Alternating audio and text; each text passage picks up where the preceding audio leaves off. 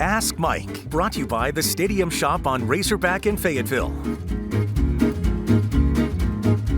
Happy Monday, everybody. It's time for another edition of Ask Mike. Courtney Mims alongside Mike Irwin here. Mike, we have a ton of questions this week, so I think we should just jump right in. And a lot of them are going to be about that 2024 Hog football schedule, which was released this past week. Let's start off by talking about just that. Razor Alex 88 says, looking at our 2024 schedule, I'm glad not to see Bama, Florida, or a Georgia on there anywhere. Tennessee might be a little dicey depending on how good they are. On the other hand, it's like they don't want us to play Vandy or Kentucky. I'll take the ugly three being off our schedule, though, gladly. Yeah, I'm sure some fans are going to complain and say, hey, there's no Vanderbilt. Look, you can't have everything. I mean, Vanderbilt did beat Florida last year. So.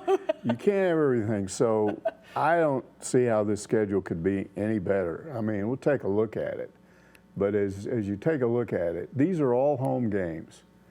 And if you're, well, except for A&M, which is neutral. But if you look at those 4 home games, those are the toughest 4 games on your schedule, but you're playing them all at home. So wouldn't you want that? You absolutely want that. I mean, I'm looking at that schedule right now, and I have to put some things in perspective here. Arkansas is going to have a good year this year. They will probably have a new quarterback. I don't think K.J. Jefferson coming back for 2 more years. So there will be some question marks going into 2024. But if there's good momentum with those home games, what you're going to end up with is huge crowds. You might even have a record crowd. They're opening up that new sports bar. They're going to have a bunch of people up there running around on the top. I could see them they've always had an arrangement where you could put extra bleachers on the south end zone if you need to. So I could see them doing a lot of that stuff and maybe having 80,000 for a game or two. Can you imagine the Texas game? You couldn't get 80,000 in there? Sure, it'd be great. So I just don't think it could get any better than that 2024 schedule. Yeah, I don't think so as well. I mean, let's look at the road games, too. Yeah, I think we've got those. These are your road games, and if you're going to have to play teams on the road, this part of your schedule, it's almost like every one of those games were road games because they're not as tough as the home games that you got. Right. So, again, I just don't think you could have it's like somebody behind the scenes went, like Hunter Yurachek was standing over Greg Sankey's shoulder and said, all right, we get this, we get that, we get this. I mean, I know that's not what happened, but that's almost what it seems like. Well, it almost felt like you were going to see both Alabama and Georgia on that schedule because that's what the SEC likes to do to Arkansas. Yeah, that's what a lot of people thought. Exactly. More questions about that schedule. One from Blood Red Hawk who says, Arkansas's 2024 SEC schedule actually seems fair. Which teams do you think got shafted? Also, does this mean the SEC is waiting until the 9-game schedule in 2025 to screw us? And what happened to the 4-team pods? I like that idea. Yeah, you hear a lot of talk that Oklahoma's the one that got the shaft. I looked at it. It didn't look that terrible. Let's take a look at that. Yeah. And you see that they've got these 3 teams that are all tough, Alabama, South Carolina, Tennessee. Tennessee and Alabama clearly, good teams. And South Carolina proved last year they're a program on the rise under Shane Beamer. So if you're going to play those teams, play them at home. So that's not bad. And these are the road games. Auburn's a winnable game. Missouri, they're going to complain about Missouri. Ole Miss, good program, but you can beat them at Oxford and then LSU. Those are tough teams, but you're playing like Arkansas, you're playing your toughest teams at home. So I don't see that OU got the shaft. Now, there's all this, here's where the skepticism comes. A lot of fans are saying, yeah, they gave us a good schedule in 2024 because they're going to sock it to us in 2025. I got good news for you. That can't happen based on what we know is going to happen starting in 2025, which is you're going to go to a 9-game schedule with 3 permanent opponents. So the way that works out, that leaves you with you're playing 15 teams. You don't play yourself. So there's 16 teams in the SEC. You're going to play 15. You got 3 permanent opponents. That leaves 12 rotating opponents. Well, you're going to play a 9-game schedule. So you take the 3 permanent opponents, and that leaves you with 6 of the 9, which means that of those 12 teams, you're going to play one of them, half of them, every other year. Right. So, for instance, if you happen to get Alabama and Georgia on your schedule one year, you wouldn't have either one of them the next year unless they happen to be your permanent opponents. And I don't think either one of them is going to be a permanent opponent for Arkansas. So it could be that the way that worked out is you had every other year you had to play them. And then people would just know, oh, this is that tough year. But we'll have to wait and see on that. But I can't think of a more fair way of doing this because, again, stop and think of it. Everybody plays everybody in a 2-year period. There's no, well, we didn't have play Vanderbilt and these guys played Vanderbilt, or Florida hadn't been here in forever, but we have to always go to Florida. It rotates. Yeah. So every other, whatever you don't like about this year's schedule, you're going to like about the next year's schedule because it's just the way it is. One rotates off the other. So I don't think there's some sneaky 2025 thing awaiting everyone like a lot of people think. Yeah, but it could be maybe a little tougher than that 2024. I mean, because you might see Alabama. The whole deal is who's your permanent opponent. Right. If their permanent opponents turning out to be Texas, LSU, and Oklahoma, then you might go, yeah, we got to play those guys every year. But I don't think that's going to happen. Yeah. So we'll see how it works out. I noticed how you didn't say in those 3 permanent opponents, Missouri. Mike, I know you don't want them to be Arkansas's permanent opponent. But they probably will be. They probably will be, So right? that's one right there. In Missouri, you may not like. It's not that Razorback fans don't like playing Missouri. They don't like them as the rivalry week game. Right. But the point is, if they're one of your permanent opponents, what if, and I personally think it could be OU. I really do. I think the SEC will look at that and go, wait a minute, those two teams are 2.5, 3 hours away from each other by automobile back and forth. That is closer than any other team in the SEC to Arkansas now. Yeah. It's an easier drive. So you look at it, and that'd be a good annual thing.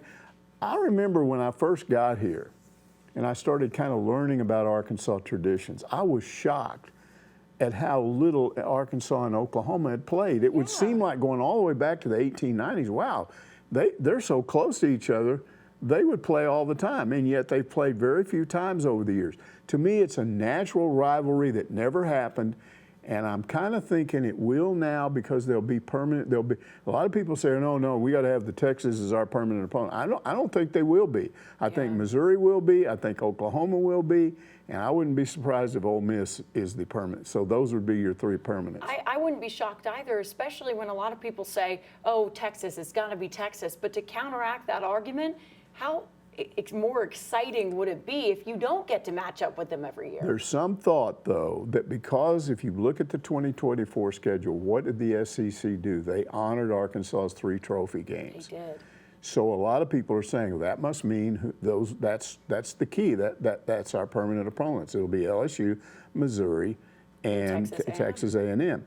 Well, I could buy Missouri. I can buy LSU. I can't buy the Texas A&M. I'm sorry, I can't buy Texas A&M because that trophy is the Southwest Classic, which is because they play it in Dallas. Yeah. Well, that's going away. So I think what may happen with that Southwest, this is just me speculating, I think what may happen with that Southwest Classic trophy, Arkansas could end up playing in Dallas every year, but playing a Big 12 team that rotates. Oh. Play Texas Tech one year, play, they could play Gussie Boy. Oh, they could. Play little Gussie Boy from Central Florida. Yeah. But if they rotated among some Big 12 opponents, you still call that the Southwest Classic. Would be cool, and who gets the trophy. So I think that trophy goes away. So I don't think those 3 are the permanent opponents.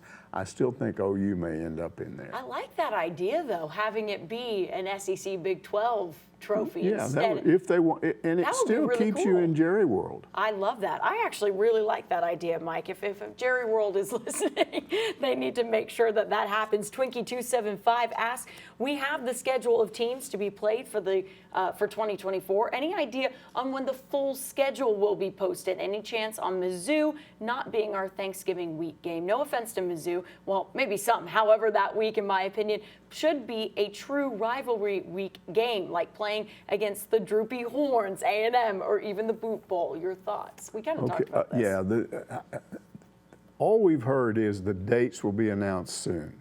We don't know when. And again, we're speculating because a lot of people are speculating. What I hear is it's going to be Missouri this year. 2024. It's going to be Missouri. That it'll be on rivalry week in 2024. However, I've looked at this and thought about it, and here's a possible way out for those of you that hate that idea. In the old Southwest Conference, and I know this because I grew up watching Southwest Conference games. One of the biggest traditions in the Southwest Conference was Texas and Texas A&M playing every year on Thanksgiving Day. It was great for them, great for recruiting, because other than pro football, there were no other college games on Thanksgiving Day. And even when Arkansas started playing their rivalry game with LSU, it was the day after Thanksgiving. It wasn't Thanksgiving Day. It was that Friday, not a Thursday. So the SEC could bring that back with Texas coming in. They could say, hey, we're going to play that again on Thanksgiving Day. Okay. If they did that, it would take LSU out of the mix for that, and they might give that game back to Arkansas. It will depend on how much pull Hunter Yurachek has. What about Mizzou, though? Who do you give Mizzou? Let's see. Tell Mizzou to go fly a kite. Love it, Mike. Who's their rival? Who could their rival? Who could it be? Tell them to go play Kentucky or somebody. I don't know who Kentucky. Who's Kentucky's big rival? They don't have one in football, do they? Not really. So. Louisville? Oh, Louisville. Well, but not an SEC one. Who's their SEC one? Sorry, we're asking our peanut gallery of Alyssa Orange over here. If we took Missouri away from Arkansas on rivalry week, and we had A&M and we had LSU, who would Missouri get? Yeah. Yeah, but you couldn't get Kentucky because they play Louisville. Oh. Yeah, that's true. And like Florida plays FSU. South Carolina, who's their rival? Well, South Carolina, Clemson. Tennessee plays Vandy that weekend, so that's boring. I don't know. Just give them Vandy. You can't give them Vandy, because if you give them Vandy, then Tennessee, then you have the question of tennis. That's tough. This is tough. I wouldn't want, if I'm Tennessee, I don't want Vandy as my rivalry game. Why don't Missouri go and play Kansas at the end of the year during rivalry? Yeah, they just play some they can play non-conference. Kansas. Yeah, give them Kansas. Kansas State's the team they really don't like, right? Kansas State. Well, Kansas. Give them Kansas. Yeah. Okay. All right. So they could do. Sure. There you go. I was just trying to think of an SEC team, but that was good. Thank you, Alyssa, for your opinions on that. Yeah, you'd make a lot of other SEC schools mad.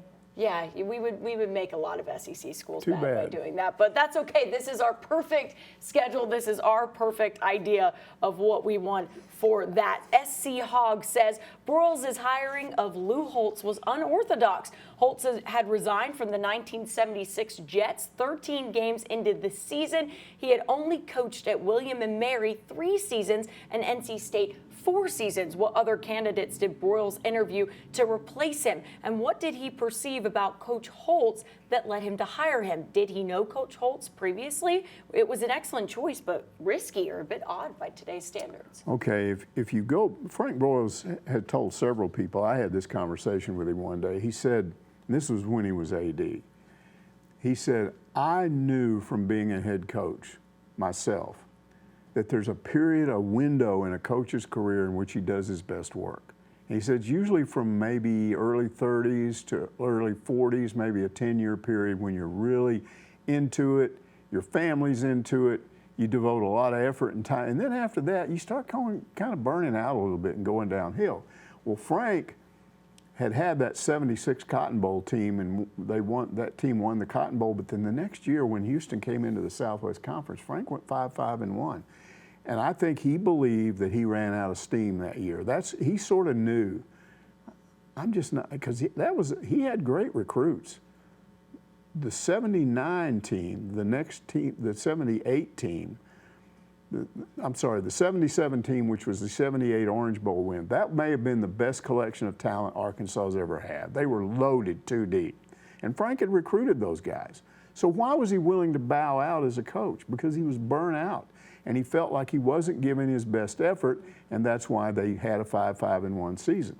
Okay, so now, but he's also the AD at that point. So he's going to replace himself. He told me, I said, so you're talking about, and he told me, he said, what I like to do as an AD is get that coach in that window, and then after that, I'll help him get another job. And I said, so what you're telling me is you basically fired yourself. And he said, yeah, I fired myself. I fired myself. I love that. Because he knew he was done. So he's going to go out and get another coach. Now, Frank, if you know anything about him, at any given time, he kept up with all of the trends around college athletics. Who's throwing the ball more? What's a new offense? What's working now? Oh, this guy's doing this. Everybody's talking about it. Oh, at this school, man, look what they're doing. So he always kept up with that. Well, when Lou was at North Carolina State for those 4 years, he developed a reputation of being a genius as an offensive play caller, and his offenses were explosive. So Frank knew that. Frank had also had a conversation with Lou at some point before Frank decided to step down about going to the Jets. And Lou told him, he said, I made a mistake. I'm miserable here. He said, in college, I was all about getting guys fired up and rah-rah. He said, the only rah-rah in the NFL is when you give them their paychecks. You know, he said, I'm not into this. I'm not into football being all about money. So he told Frank that he wasn't happy. Well, Frank knew that.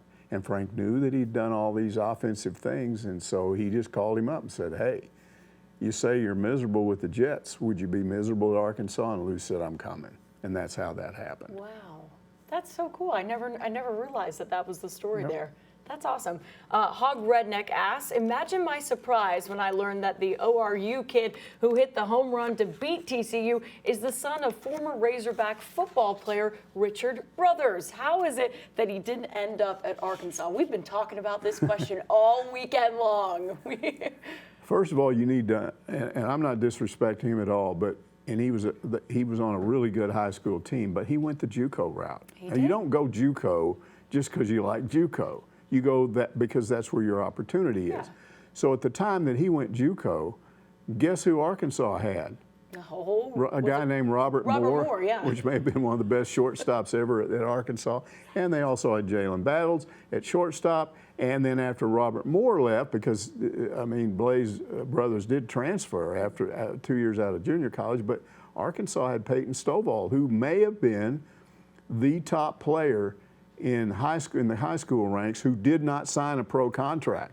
I think he was offered $2 million or something like that. He was offered quite a bit of money. And he turned it down. So you've got a second baseman, a quality second baseman, all during that period. Now let's look at Blaze Brothers. He goes to the JUCO.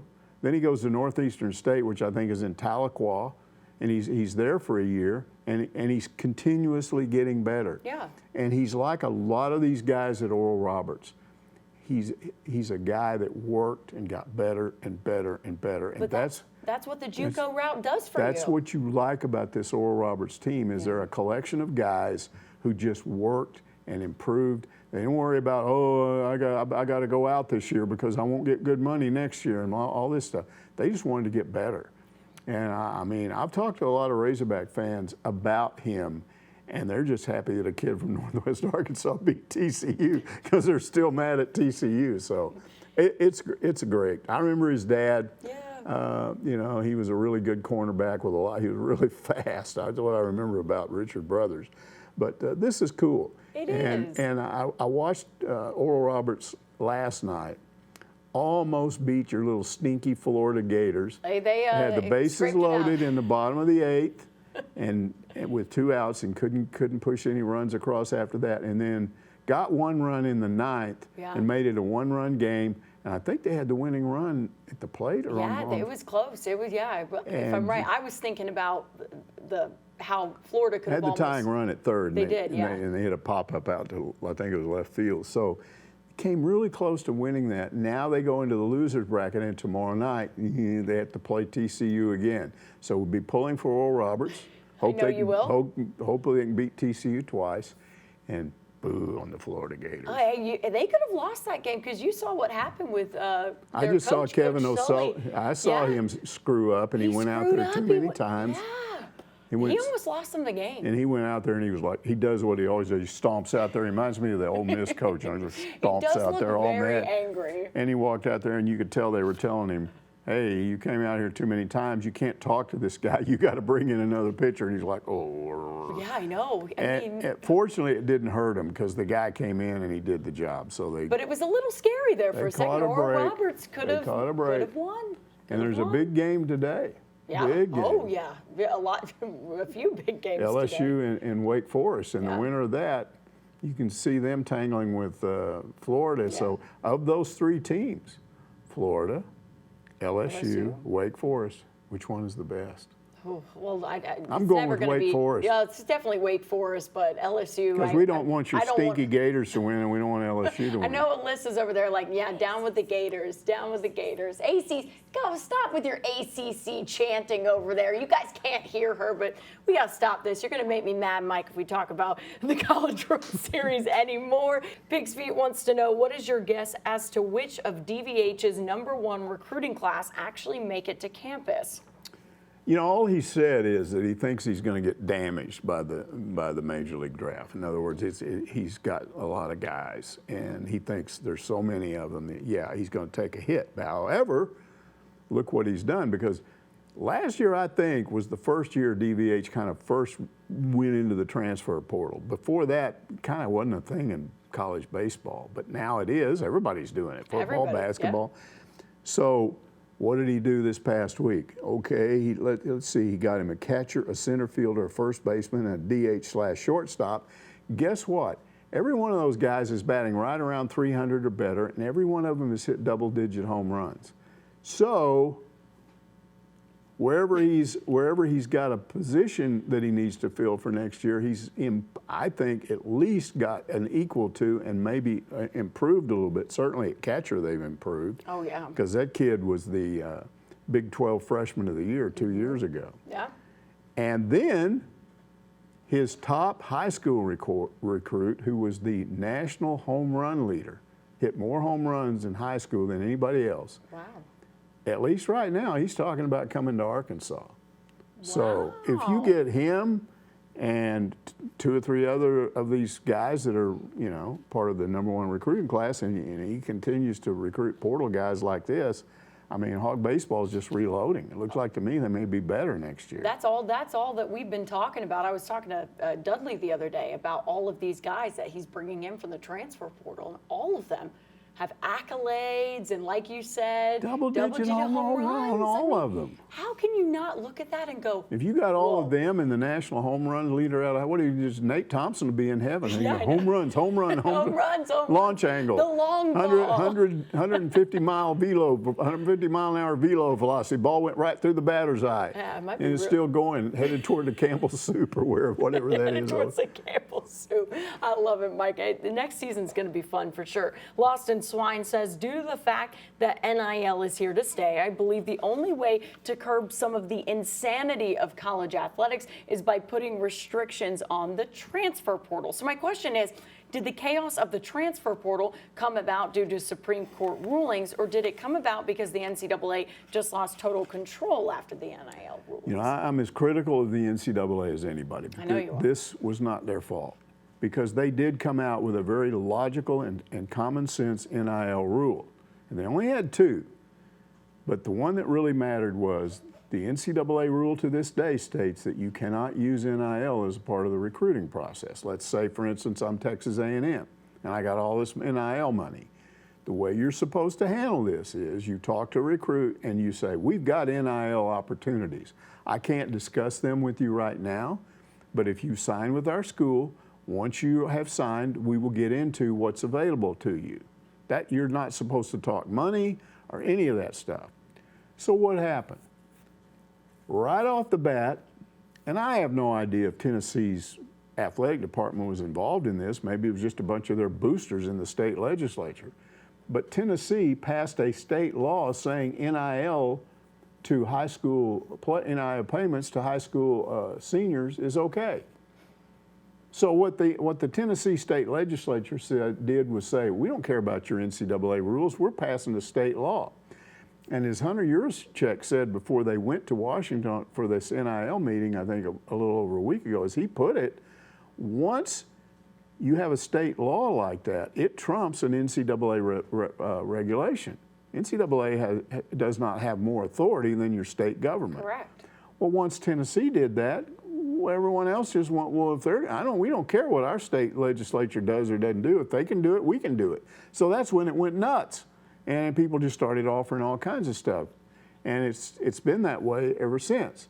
This is why they, Greg Sankey and Yurachek and some other ADs and even Nick Saban, this is why they all went to Washington a little over a week ago, was to talk to some of these legislators and saying, we've got to use you to supersede state law.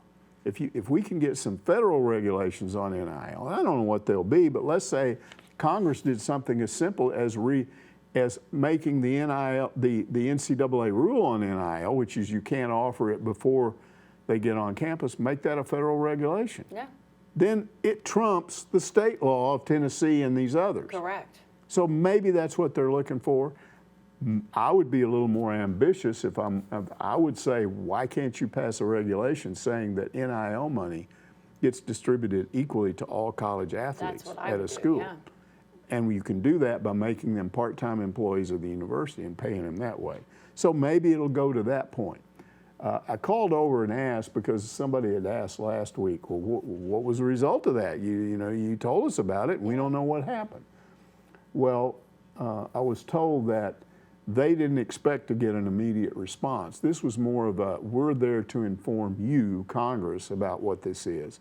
So it may take a while.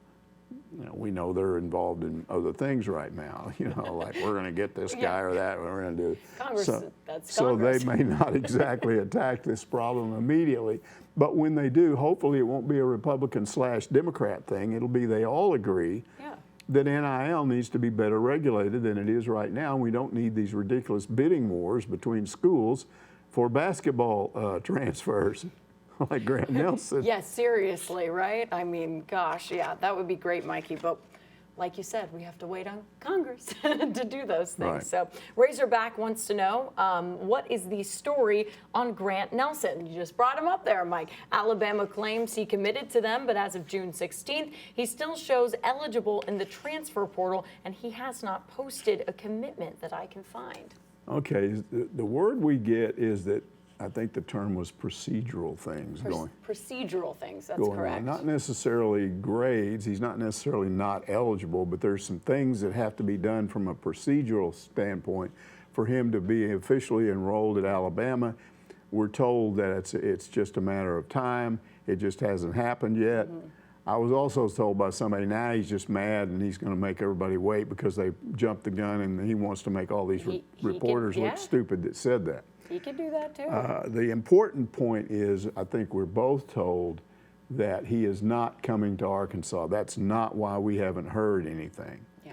So what about that one available scholarship?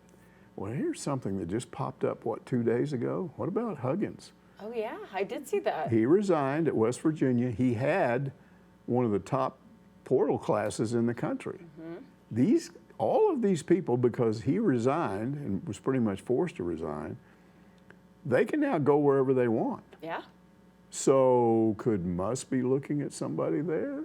I don't know. We'll have to see. We'll have to see. I think it's interesting that he hasn't.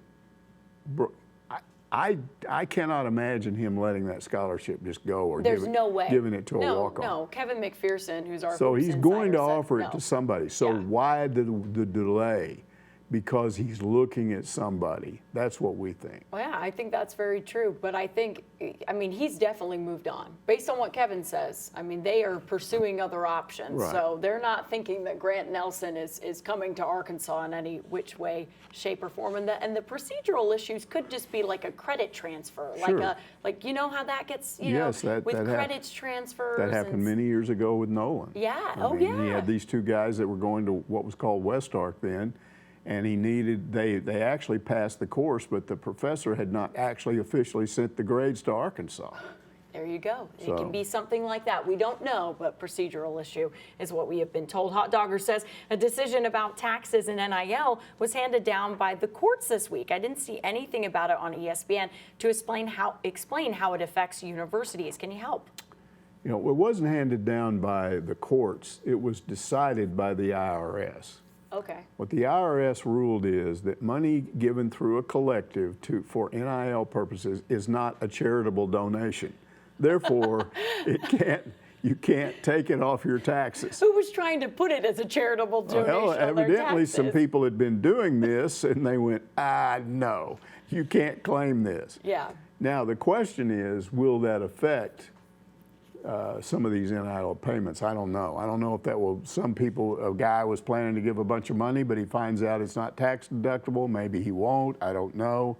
All I know is, again, if you stop and think about how silly this was in the first place, you're going to try to convince the IRS that you gave money so an athlete could go to your school, and you consider that a charitable donation?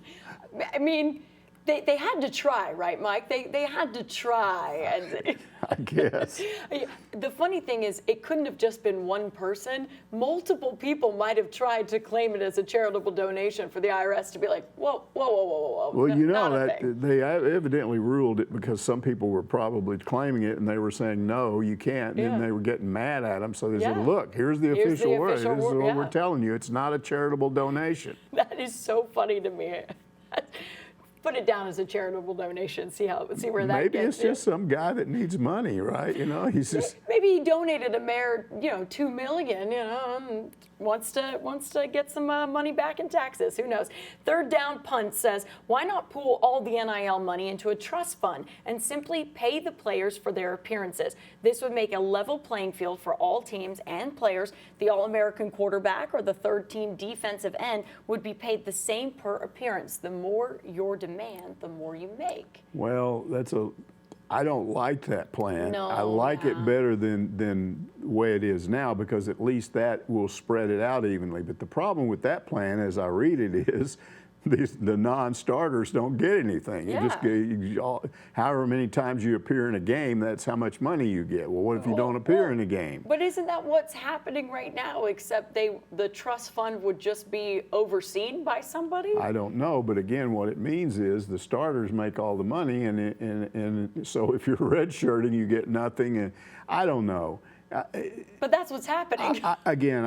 My plan would be all student athletes are made employees of the university, and all NIL money is distributed equally to all of them, male, female, Olympic sport, football, basketball, it's all the same. This is not the real world. This is still college. Some people can't get that through their heads. We were talking about this whole thing with Lou Holtz and why he wanted out of the NFL, because he wanted out of that environment.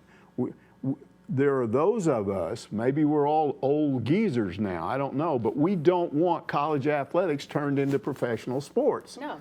And so if you do it this way, you're being fair to everybody. I'm surprised that some Title IX advocate hasn't come along and said, wait a minute, we're not getting equal NIL money for our female athletes. What are you doing here? Most of the big bucks is going to all these guys. They could file a lawsuit on a Title IX basis, and I'm not so sure they wouldn't win. Yeah, I think so as well, because I thought that was going to be the biggest question raised when NIL was first introduced, is that, what are the female athletes? Are they going to be paid the same? I mean, Livy Dunn at LSU is one of the highest paid female athletes in college athletics. Yeah, but compare her to the highest paid male athlete. Exactly. There's still a difference in money. So it's kind of interesting to see how that has changed and if there could be something that comes up through Title IX about NIL. Tyro 3 wants to know, are students at the U of A considered residents with voting privileges in local and state elections? That's an interesting question. Okay. I'm not an expert on voting. Yeah. But I know you went through that. Yeah, I'm just going to assume common logic dictates as long as you're registered to vote, you could move here. You could say, I'm now a resident of Fayetteville. I'm from Dallas, but I'm up here going to school. And for voting purposes, because the elections take place during the school year, I'm going down and registered to vote. And if you're registered to vote, you can vote here. Yeah. And I think you said when you did that, you also had to change your driver's license. I did. In Florida, they make you change your address right? So on your driver's license. So you have to register with your apartment or like your college apartment. Now you can't, they told me if you live on a dorm on campus, you have to do it a different way. And so they took me through the way to do that because they don't want you to register your license with your dorm, but you can change your voter registration and vote in the county that you currently live in. You had an additional reason, which was you wanted to vote for local candidates. So I'm assuming that there were local candidates you didn't like and you wanted to vote against them. Yeah, well, there were some things that they were doing in Gainesville that would affect Like, student for life. instance, they were going to rezone the area where the Pizza Hut was and maybe shut it down. They might have rezoned the Pizza Hut area, and that was really going to upset me. Maybe they were going to cut down the dead palm tree next to it. Oh my goodness, Mike, you're making that up now. WV Hog Fan says, last week you had a question complaining that Chris Bucknam did not win the national championship in track and field. If you will please explain to your audience that qualifying athletes to the national championship today is a lot more difficult than in the days of John McDonnell. I'm only speculating, but were the rules changed to put a stop to the Hogs' domination in track and field? Yeah, he's kind of overemphasizing this. In my opinion, it's not a lot harder to win today than it was back then. What he's referring to is the NCAA introduced, and John was still coaching and still managed to win national championships after they added this, but what they did was they created what was called a regional qualifying meet. Yes. Before that, it was all based on your national qualifying marks or times. You would, if early in the, let's talk about an outdoor season. Early in the outdoor season, you're a quarter miler and you ran a time which will automatically qualify you for the national meet, okay? What John was doing is he had a lot of distance runners that were running in multiple events, and they would try to qualify as early as possible, and then you dial them back and you rest them before they go to the national meet, because when they get to the national meet, they're going to be running several different races in a short period of time, so they need to be fully rested. Well, what the NCAA did was they came in and created a regional meet which said, yeah, you may have a national qualifying mark, but you have to be one of the top performers in this regional meet or you can't go. Right. What that did was it forced Arkansas to take a lot of its distance runners and run them in multiple events right before the national meet, with the idea being they would get to the national meet and they would be all burnt out, tired, and wouldn't do as well. And it may have had some effect on Arkansas, but he still won. So that's what he's referring to. I still don't think it's harder now than it was. John McDonnell, the real issue here about criticizing Bucknam is this. It's unfair. It's unfair to compare him to John McDonnell because there is nobody else like him. There never has been. So for fans to say he's not doing what John did, let's get rid of this guy. He's won national championships. He's won a bunch of conference championships. His program is successful. Nobody's going to come in and fire a guy because he didn't do what John McDonnell did or come close to it. Because who's out there that can do that right now? There's not anybody. No. So, but to suggest that John had it easy and that's why he won all those championships, that's nonsense. No. I mean, he still won national championships. They were trying to slow him down, and he just went, I don't care. And he just went ahead and won. I like your Irish accent there. Right. That was very good, Mike. We have another question, though, about John McDonnell, so I want to follow it up with Rob's 4516 asks, what do you think it was about Coach McDonnell that made him so successful? Because he understood the point system and how you win meets in track and field. It's an artificially created thing. Track and field is really an individual sport. Yes. So what they did was they created a formula to win team titles, and a points formula. You win 10 points for winning, 8 points, 7, 6, and all that. And John figured out that the best way to win national championships is to recruit guys that can score in multiple events. For instance, let's say you go out and recruit the top 100-meter guy in the country, but that's all he runs. Yeah. Well, all he's going to get you at a national meet is 10 points if he wins. But John went out and got a guy like Mike Connolly, who could go to a national meet and win the triple jump, the long jump, that's 20 points, finish second in the 200 meters, which is 8 points, that's 28 points, and run on a sprint relay team that finished second, so that's 8 more points. So that's 34 points from one guy. Yeah. And that's why he won championships, because he didn't recruit guys that could just score in one event. He got guys that could score in multiple events. That was part of it. The other part of it was his teams always seemed to overachieve even when they shouldn't. Even in years in which things went wrong and this guy got injured and he had to drop out, they would figure out how to win. Now, how did that happen? He told me that he figured out early on that upperclassmen, guys that have been there, done that. Yeah, I'm a senior. I've been a part of 4 national championships, 3 national championships my first 3 years here. An incoming player is going to respect that athlete because he knows what they've done. And he said, a freshman or a transfer in will listen to a guy like that before he'll listen to me. And he said, I always brought my upperclassmen into my room, my leaders, and I said, you're a leader this year. You've been through it. I'm going to rely on you. If I bring a kid in here and he's not doing the work, because I'm not there every time we run, I can't be at every place. If that happens, I want you to come to me and tell me because you'll know when I don't know. Yeah. And he said, I've had guys come in and tell me, I recruit this guy, he's this, he's that, he's in the 5,000. And they came in and said, we don't like this guy. He doesn't put in the work. And he said, I'd get rid of him. I'm relying on them. And he said, that made them even better. And it created a system where it was feeding itself. Yeah. A guy came in as a freshman, he respected the senior, he moved up, he became the senior, other freshmen respected him. So in effect, he said, I had an extra coaching staff. They were just my upperclassmen. Love that. And then the final thing that he figured out, I asked him one day, I said, what is the biggest impediment to winning national championships? What is the biggest problem you encounter? And he looked at me and said, gutter friends.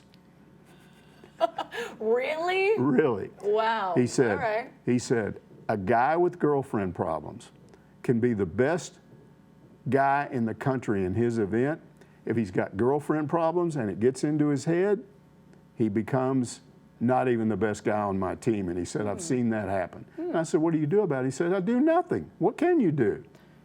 You just hope they don't have girlfriend problems. You could do what that high school football coach in Georgia did, where he made the kid, his quarterback, break up with his girlfriend to be on the team. He never even suggested that you do that. He said, they're adults. They can do what they want. Yeah, they can. He just said, I hope they have good girlfriends. Oh, well, I guess that it works for him. It worked. That's really funny. I love that. Marty Bird's Proxy asks, since we're between seasons, how about Ask Mike about Mike? Many of us have watched you since you arrived here as a sportscaster.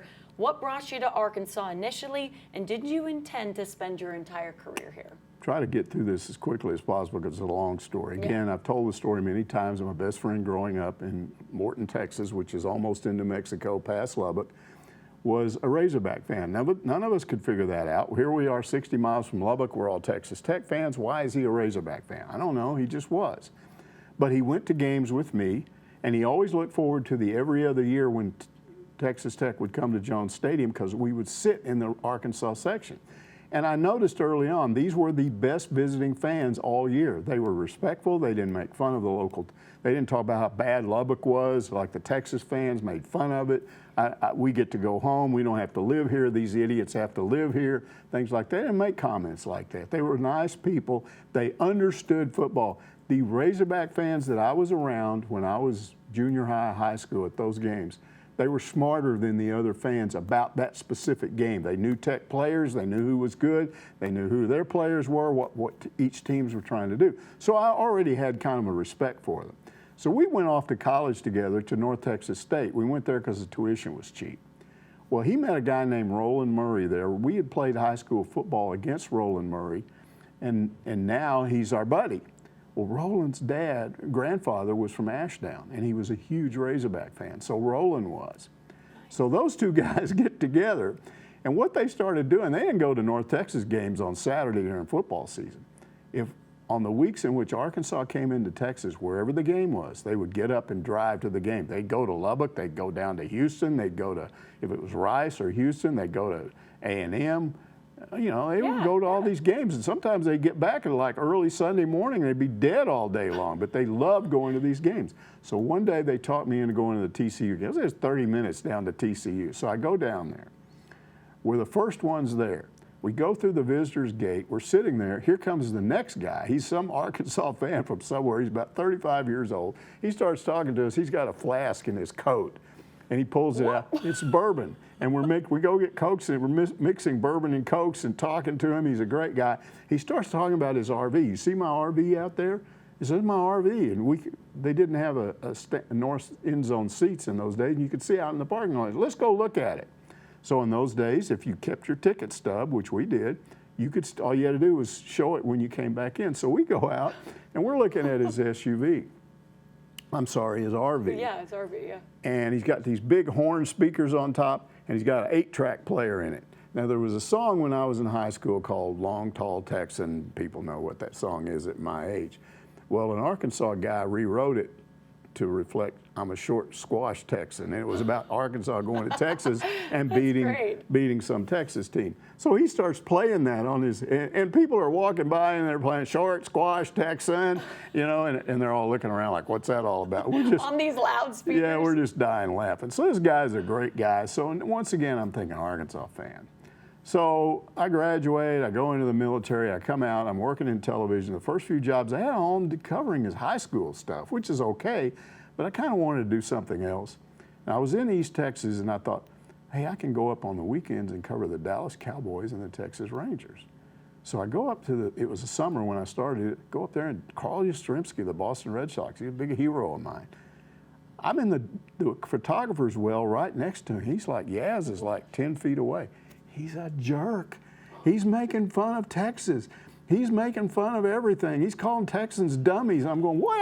I'm a Texan. You can't say that. So I'm like, I don't like this guy. Yeah. So I went, yuck. So then I go cover the Cowboys that fall. Bob Lilly was my cousin's favorite player in high school, or in college. He played for TCU. And Bob Lilly, I get to interview Bob Lilly. I'm like, my cousin, I'm interviewing Bob Lilly. Bob Lilly is a jerk. He's acting like a jerk. I'm going, I don't like this. I don't want to do this. What do? So I call my buddy and I go, I'm in an impasse here. I don't know what I want to do. And he said, go cover Arkansas. And I said, I don't know anything about Arkansas. Where do I go? And he said, I don't know. Go call somebody. Well, I didn't know who to call. Well, like maybe 5 days later, my boss, the GM at the television station, gets transferred to Fort Smith, the CBS station there. So I waited about a month and I called him and I said, hey, could I come up there and cover Arkansas? He said, we just happen to have a job open up there. So yeah, you could. So I came up, I got the job. They sent me up there. That was 1975. So the first year, I'm trying to learn all the traditions and everything. But they wouldn't send us to the Little Rock games. We had an arrangement with Channel 7 in those days, so we didn't go to the Little Rock games. Well, I had this student helper he was an intern, named Fred Jordan from Camden. And Fred's like, we got to go to a Little Rock game. You don't understand how good it is. So I called my boss up and I said, we're going to the A&M game. It was the last game of the season. A&M was number 2. Arkansas was like 12th or 13th. It was going to be a big game. So he said, okay, you guys can go to that game. So we're driving down on that Saturday. It's a night game, so it's about 3 o'clock when we leave. And all the way down there, he's just telling me, you're going to see something you've never seen before. I'm just telling you. So we get to this game. It was bananas. It was full. These fans were nothing like the fans in Fayetteville were politically correct people back in those days. They're like, yay, applaud the opponent, sportsmanship. These people were drunk. They were mad. They hated A&M, and they're going, man, they hate these Aggies. I hate these Aggies. Yeah, I do too. This is great. I'm loving it. And then, of course, it didn't hurt that Arkansas beat the snot out of the Aggies that night. Saw an Aggie band member almost get arrested by a cop. I'm thinking, a cop almost arrested one of the, I like this place. So on the way back with Fred at like midnight, 1 in the morning, 2 in the morning, when we're driving back up 71, I'm sitting there thinking, and I'm thinking to myself, yep, I'm in the right place. I think I'll stay. Oh. And I've never had any other reason to leave ever since then. It's just great fans. They don't like Texas here. I don't like Texas. They don't like the Aggies. I don't like the Aggies. And I wish War Memorial was still what it was, but it was great in those days. Did you in that moment think that you would spend the rest of your career here or just spend a while? I didn't think about it. I just knew I was in the right place. And nothing's ever happened since to convince me to leave. I love that. Well, and I know the fans are definitely happy to have you, especially when you do Ask Mike each and every Monday. And speaking of that, we'll see you next Monday to answer more of your questions.